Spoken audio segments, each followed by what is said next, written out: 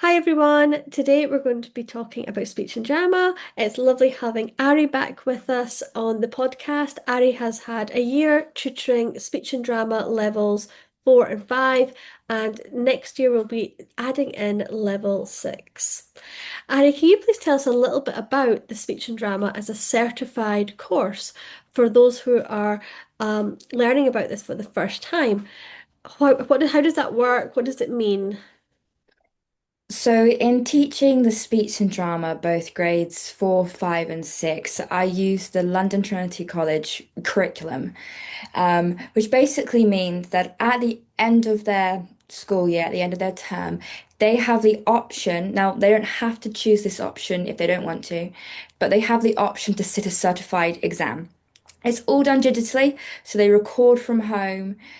They send it to me, I upload it to the exam board, and they get the same equivalent grade as if they would in a music exam or a dance exam. So pass, grade, merits, all fully satisfied. But for the grades 6 and up, they also get UCAS points, which is towards university entrance exams. Which is amazing. A way Mm. of doing something that's kind of a bit more different and being able to get those UCAS points. So you've already done the levels 4 and 5 with us this year. How did you find that? I really enjoyed it. It was really good.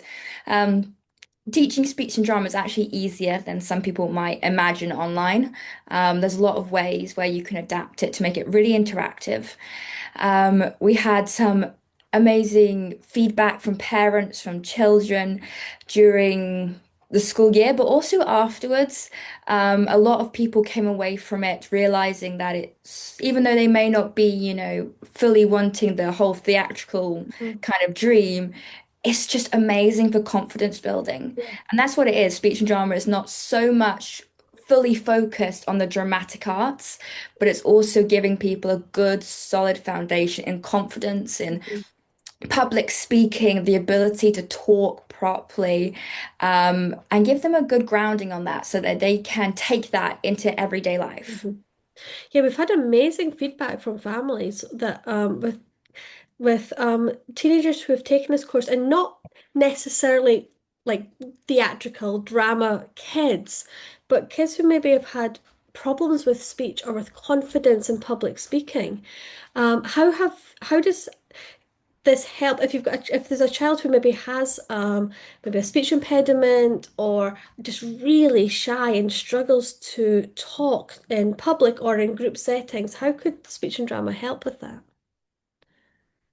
Well, that's a great question. So speech and drama is super helpful for these type of things because it helps children build small achievements Mhm. and then helps them to think, oh, I can do a bigger thing. So you Mhm. start off in class by um, just reading through a piece by yourself. You read it out loud. You slowly adjust, whether it's your position or the way you're standing or when you're breathing when speaking or how wide you open your mouth when Mhm. talking. And it's these small little goals that sometimes I'm not even aware they're doing, but they're slowly building it up so that by the end of the term, they're able to do a full piece in front of their class. They're able to talk clearly and concisely. And it's all about starting from the ground level and building that confidence slowly until they get to the end and they're like, ah, I did it. Or I can now go and speak really confidently. Yeah. Or for some kids, they might take their exam, the formal exam. And we had half the groups take exams, half them didn't last Mhm. term. And everyone passed, which was Yeah. amazing. And for those who didn't sit the exams, they still came away with so much from Mhm. it, having really grown in confidence and in speech skills. And that's the feedback we've been getting. Families saying that this has really um, transformed some of their kids' lives who were not good at speaking, who maybe were quite hard to even understand what they were saying in their speech. And there, people are coming, oh, something's changed. Something has obviously, there's been a shift because they're enunciating and speaking with confidence and clarity. And it's been noticed in the family, but it's been noticed out with the family. And for those kids who have that kind of lack of confidence or struggle, that's amazing. That's something that they can take with them anywhere. It's not about being able to go up on a stage and do a Yeah, play. It's things that actually have a real life yeah. impact. Um, so we've done the level 4 and level 5, and you Mhm. mentioned that the level 6 brings UCAS points. What else is different with the level 6? So the level six, it's the third down from the highest grade you can go. So level six is about kind of you're moving into like A level college kind of grade drama, well, Hmm. speech and drama. So it's not all focused on the dramatic arts. You're learning speech and public speaking as well. Hmm. It's different in as much as because there's more that comes with the exam results, more is expected of you. So harder pieces, longer memorization, um, new skill sets, different aspects of the different elements to learn, and a greater effort on the student's behalf Hmm. is required because it's getting them university entrance points. So they need to be working hard towards it. So the curriculum works around to support that growth in their skill sets. Yeah. Can someone do the level 6 if they haven't done any of the previous levels? So if they haven't done any of the previous levels, they need to have the equivalent experience. It doesn't have to have been with the Trinity London College Mhm. curriculum. It could be with another one, but because of the grade it is and what's riding on the exams, if the student has the equivalent training or um, even if it's just like a grade four, but they're willing to put in the extra effort Mhm. and they're the right kind of age to work hard towards that, then that's workable. So if there's families listening and think we're really interested in this, that would be a case. Please contact us, reach Mm. out, and we will link you up with Ari to go through that conversation because that'll be Ari who you'd be the one that would have to decide that, not us. Because yeah, um, I know nothing. So yeah, that would be so it's not a closed door, but we do want to know that they'd be able to manage that Yeah. well. Um, what do you do in the level 6? So it's quite similar to a grade four and five, whereas in we work towards the exam curriculum. Mhm. Even if they don't sit the exam, it gives a good basis to work around and it makes sure the entire class is doing the whole thing. Yeah. So they have three pieces that they will memorize. One's a poetical work, one's an extract from a play or a performance, and one is a historical speech that has been made. Then they will have a element of the exam or the class, which is about expressive reading.